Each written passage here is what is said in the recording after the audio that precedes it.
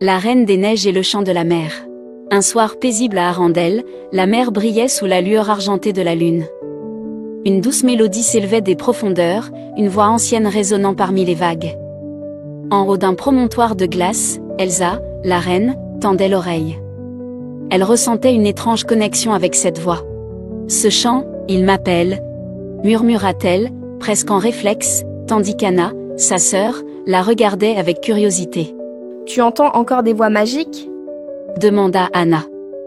Olaf, le bonhomme de neige toujours optimiste, s'exclama avec enthousiasme. Peut-être que c'est un dauphin qui chante l'opéra. Les vagues, comme pour répondre à leur conversation, murmuraient des secrets oubliés. Dans la nuit, Elsa s'endormit, perdue dans ses rêves. Elle se vit dans un royaume englouti, entouré de sirènes et de l'écho d'une mélodie harmonieuse.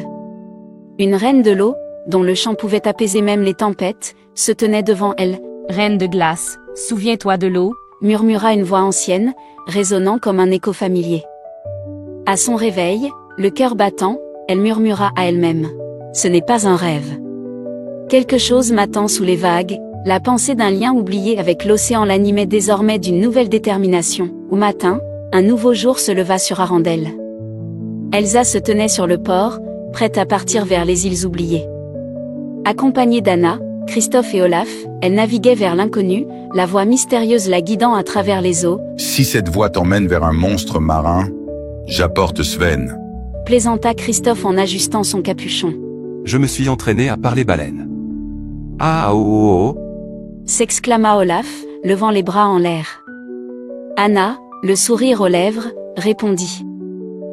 Ensemble, comme toujours. Le navire glissait sur la mer calme aux teintes turquoises, chaque membre de l'équipage ressentant l'excitation de l'aventure à venir, ils atteignirent une grotte marine, où l'eau semblait vibrer d'une magie palpable. De l'intérieur, Néara, l'esprit des vagues, émergea majestueusement, enveloppé d'algues chantantes. Ton chant est lié au mien, reine de glace. Le monde oublie, mais l'eau se souvient. Déclara-t-elle avec une voix douce comme le murmure des vagues. Que doivent faire ? demanda Elsa, sa détermination croissante. Néara répondit. Libère le chant perdu, où les océans se tairont à jamais. La grandeur de cette mission frappa Elsa de plein fouet. Elle comprit alors que cette quête n'était pas seulement pour elle, mais pour tous ceux qui vivaient dans l'harmonie des mers, mais le chemin serait pavé d'épreuves.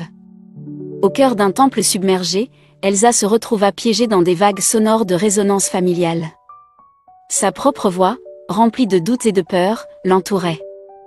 Tu es seule. Tu es un danger. Tu as peur.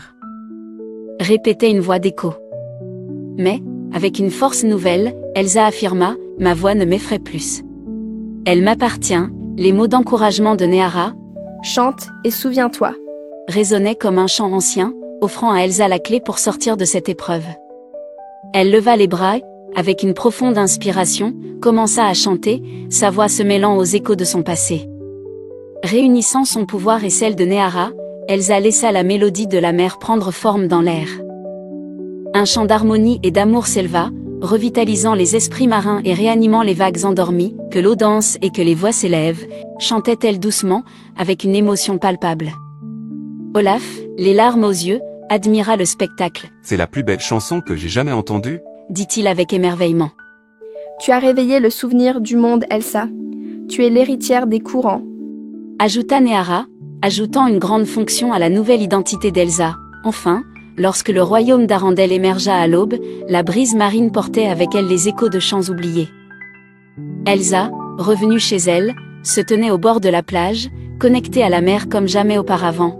Tu es devenue la voix de l'océan, observa Anna avec admiration. Et il chante pour tous ceux qui savent écouter.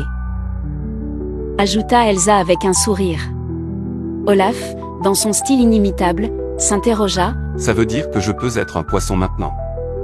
L'horizon pastel de l'aube entoura le tableau familial, tandis qu'Elsa tenait un collier d'algues lumineuses, cadeau de Néara, symbole de son lien éternel avec l'océan.